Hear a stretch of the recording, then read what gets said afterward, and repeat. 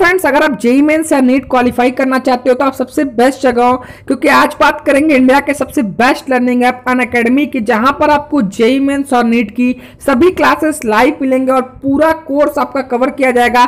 साथ में जो कोर्स आपके कवर करेंगे वो टीचर इंडिया के सबसे टॉप एजुकेटर्स होंगे, आपको कॉन्सेप्ट वाइज बताएंगे कैसे आप बहुत आसानी से एंट्रेंस एग्जाम को क्लियर कर सकते हैं। साथ में आपका हर हफ्ते टेस्ट होगा जिससे आप खुद को एनालाइज कर सकते हैं कि आपकी तैयारी कैसी चल रही है। इसके बाद अगर आपका कोई भी डाउट रहता है तो आप 24/7 कभी भी इनसे अपना डाउट पूछ सकते हैं और बहुत कम फीस ले रहे हैं। तो तुरंत जाकर डिस्क्रिप्शन से आप सब्सक्राइब कर लीजिए इनको, और रेफरल कोड अगर आप शुभम @12 डालते हो तो आपको पूरे फीस में से 10% डिस्काउंट तुरंत मिल जाएगा। तो तुरंत जाकर सब्सक्राइब कर लीजिए। Hello friends, welcome to Shubham classes. दोस्तों, स्वागत है आपका पॉलिटेक्निक क्रैश कोर्स के वीडियो नंबर 2 में।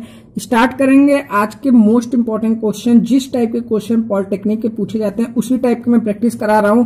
तो जितने वीडियोस मैं पॉलिटेक्निक के दे रहा हूं, आप सभी वीडियोस को अच्छे से प्रैक्टिस करो, और चैनल पर नए हो तो सब्सक्राइब करके बेल आइकन प्रेस करो, इससे आपको सारी वीडियोस आपके मोबाइल पर फ्री में मिल सके। तो देखते हैं, पहला क्वेश्चन आपके है, वायु में प्रकाश की चाल 3 × 10⁸ मीटर पर सेकेंड है। 1.5 अपवर्तनांक वाले माध्यम में प्रकाश की चाल होगी। तो क्या पूछा है, वायु में प्रकाश की चाल इतना दिया है और अपवर्तनांक कितना दिया, माध्यम में प्रकाश की चाल होगी। ठीक है, तो अब आपको सीधे में आपको इसको फॉर्मूले में पुट करना है। तो इसके लिए आपको फॉर्मूला लगाना पड़ेगा। देखो, आपको यहाँ पे क्या पूछा है, माध्यम में प्रकाश की चाल। ठीक है, तो आप सिंपली बस यहाँ पे लिखोगे, जैसे मैं आपको कर दे रहा हूं, लेकिन आप जब एंट्रेंस दोगे तो ये क्वेश्चन ये सब नहीं लिखोगे, डायरेक्ट फॉर्मूला पुट करोगे। ठीक है, तो आपको क्या निकाला, माध्यम में प्रकाश की चाल, आपको यही पता करना है। ठीक है, तो इसका फॉर्मूला आपको लगाना पड़ेगा, और इसका फॉर्मूला होता है प्रकाश की चाल अपॉन अपवर्तनांक। प्रकाश की चाल अपॉन अपवर्तनांक। ठीक है, तो ये हो गया। अब आपको वैल्यू से पुट करनी है और डिवाइड करना है। तो वायु में प्रकाश की चाल कितना दिया हुआ है, 3 × 10⁸ मीटर पर सेकेंड। ठीक है, 3 × 10⁸ यहां पर दिया हुआ है, और साथ में आपको दिया अपवर्तनांक 1.5। तो 1.5 आप अपवर्तनांक लिख दोगे। तो अब जब आप इसको सॉल्व करोगे तो ये आपका आएगा 1.2 × 10⁸। ठीक है, 2 × 10⁸ मीटर पर सेकेंड। ठीक है, तो देखो अब ये इसमें कौन सा दिया हुआ है, 2 × 10⁸ मीटर पर सेकेंड। तो बी ऑप्शन आपका करेक्ट हो जाएगा। यहां पर देखो, आपको इस क्वेश्चन में कुछ नहीं करना था, बस आपको फॉर्मूला पुट करना था। देखो, पॉलिटेक्निक के क्वेश्चन बार बार बोल रहा हूं, आपको बहुत कठिन नहीं आते हैं, आपको सिर्फ बेसिक पता रहना चाहिए। तो मैं जैसे बेसिक में भी स्टार्ट कर रहा हूं, पूरे वीडियोज को देखोगे तो काफी आपको इफेक्ट पड़ेगा। बात करते हैं सेकंड क्वेश्चन आपकी है। सेकंड क्वेश्चन जो मैंने लिया है वह है +4D क्षमता वाले लेंस की फोकस दूरी होगी। आपको बताना है +4D क्षमता वाले लेंस की फोकस दूरी होगी, मतलब आपको फोकस दूरी निकालना है। तो आपको सबसे पहले लेंस की क्षमता का फॉर्मूला लगाना पड़ेगा। लेंस की क्षमता, इसका फॉर्मूला होता है 1 फोकस दूरी। ठीक है, 1 फोकस दूरी। ठीक है, जल्दी जल्दी कर रहा हूं इसलिए राइटिंग पे ज्यादा ध्यान मत देना। 1 फोकस दूरी। ठीक है, तो आपको निकालना क्या है, यहां पर देखो फोकस दूरी निकालना है। ठीक है, तो आपको क्या निकालना है, फोकस दूरी।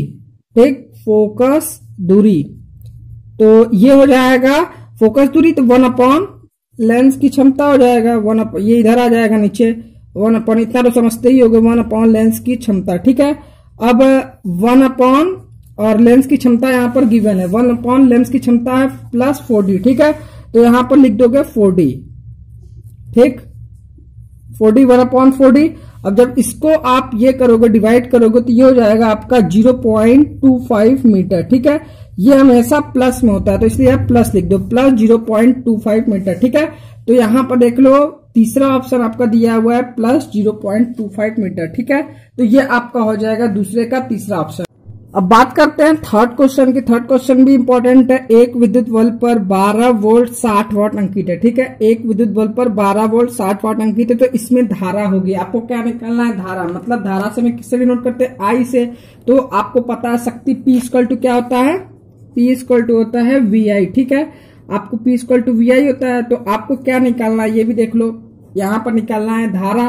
तो P की वैल्यू यहाँ पर 60 है और V की वैल्यू यहाँ पर दी हुई है, V आपका 12 वोल्ट। ठीक है, 12 वोल्ट और आपको आई नहीं पता, आई लिख दोगे तो आपको आई निकालना ही है, तो आई इक्वल टू हो जाएगा तो 60/12 हो जाएगा। तो जब इसको डिवाइड करोगे 12 पंजे 60, आई इक्वल टू हो जाएगा 5 एम्पियर। ठीक है, आई इक्वल टू 5 एम्पियर हो जाएगा। अब आपको जब देखोगे यहाँ पर कौन सा ऑप्शन दिया है, डी इक्वल टू 5 एम्पियर, देखो डी का ऑप्शन दिया हुआ है 5 एम्पियर, तो आप सिंपली इस पर टिक कर दोगे तीसरा क्वेश्चन। ठीक है, जितने क्वेश्चन है देखो सभी फिजिक्स में जितने क्वेश्चन आएंगे सब फॉर्मूला बेस्ड रहेंगे, तो आपको क्या करना है, आपको एकदम अच्छे से कंसंट्रेट होकर करना है। अगर आप बोलोगे तो मैं एक फॉर्मूला का शीट दे दूंगा जिसमें सभी फिजिक्स के फॉर्मूले आपको मिल जाएंगे पीडीएफ के रूप में। ठीक है, बात करते हैं फोर्थ क्वेश्चन है, निम्नांकित में से प्रारूपिक तत्व है, आपको बताना है प्रारूपिक तत्व। ठीक है, तो मैं आपको बता दूं जो तृतीय आवर्त के तत्व होते हैं वो प्रारूपिक तत्व कहलाते हैं। कौन से तृतीय आवर्त के जो तत्व होते हैं वो प्रारूपिक तत्व कहलाते हैं। ठीक है, और यहाँ पे जो तृतीय आवर्त में आता है सोडियम, तो यह हो जाएगा एक प्रारूपिक तत्व। ठीक है, तो पहला ऑप्शन आपका सही हो जाएगा। तृतीय, ये याद कर लो बस, तृतीय आवर्त के तत्व जो होते हैं वो प्रारूपिक तत्व कहलाते हैं और सोडियम आपका तृतीय आवर्त में आता है, तो ये आपका हो जाएगा प्रारूपिक तत्व। बात करते हैं नेक्स्ट क्वेश्चन जो आपका है, नेक्स्ट क्वेश्चन भी काफी सही है।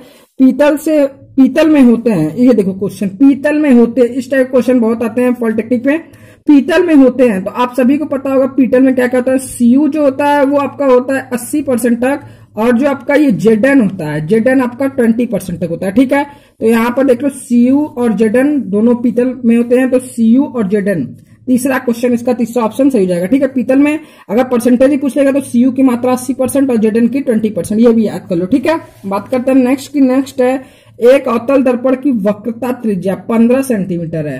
देखो एक अवतल दर्पण की वक्रता त्रिज्या 15 सेंटीमीटर है, आपको निकालना क्या है, फोकस दूरी निकालना है। ठीक है, और फोकस दूरी की फॉर्मूला क्या होता है मैं आपको बता दूं, फोकस दूरी आपको निकालना है तो फोकस दूरी का जो फॉर्मूला होता है वो होता है वक्रता त्रिज्या अपॉन 2 होता है। ठीक है, अब आपको यहाँ पर वक्रता त्रिज्या की वैल्यू देखो यहाँ पे गिवन है 15 सेंटीमीटर, तो 15/2 कर दोगे। ठीक है, ये आपका हो जाएगा फोकल लेंथ, मतलब फोकस दूरी आपको निकालना है। तो अब एफ इधर करोगे तो एफ इक्वल टू डिवाइड करोगे 7.5 आएगा। ठीक है, एफ इक्वल टू 7.5।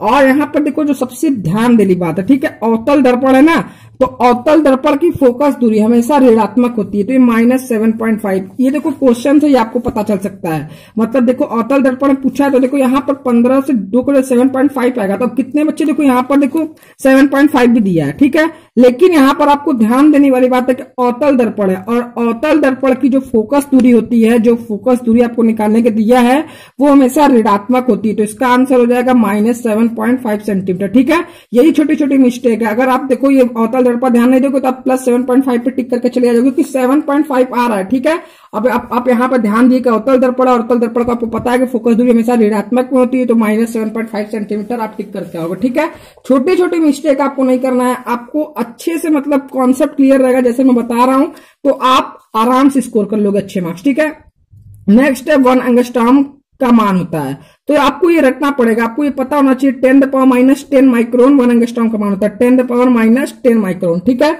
ये सब आपको देखो इसमें कोई कॉन्सेप्ट नहीं, इसमें आपको याद ही करना पड़ेगा। ठीक है, नेक्स्ट है भार का मात्रक है, तो भार का मात्रक आप सभी को पता होता है किलोग्राम होता है, तो ये भी आपको याद करना पड़ेगा। ठीक है, इस टाइप क्वेश्चन आपको याद करना पड़ेगा और इस टाइप के जो अवतल दर्पण माइनस ये सब आपको देखना पड़ेगा। ठीक है, प्रैक्टिस से ये सब आएगा। तो ये थे आज की कुछ महत्वपूर्ण प्रश्न जो पॉलिटेक्निक के लिए काफी इंपॉर्टेंट इसी टाइप के प्रश्न पूछे जाते हैं, और इसका पहला पार्ट जो था वो डिस्क्रिप्शन में दिया गया है केमिस्ट्री का, अगर आपने नहीं देखा है जरूर जाकर देख लो। मैं जैसे बता रहा हूं आप ऐसे तैयारी करो और घर पर अधिक से अधिक प्रैक्टिस करो, और कोई अच्छी सी बुक खरीद लो, अगर बुक नहीं पता है तो मुझे कमेंट करो, मैं बता दूंगा। अच्छी से कोई बुक खरीद कर सेल्फ स्टडी अधिक से अधिक करो। ठीक है, तो आज के लिए इतना ही, मिलता है नेक्स्ट वीडियो में, तब तक के लिए जय हिंद जय भारत।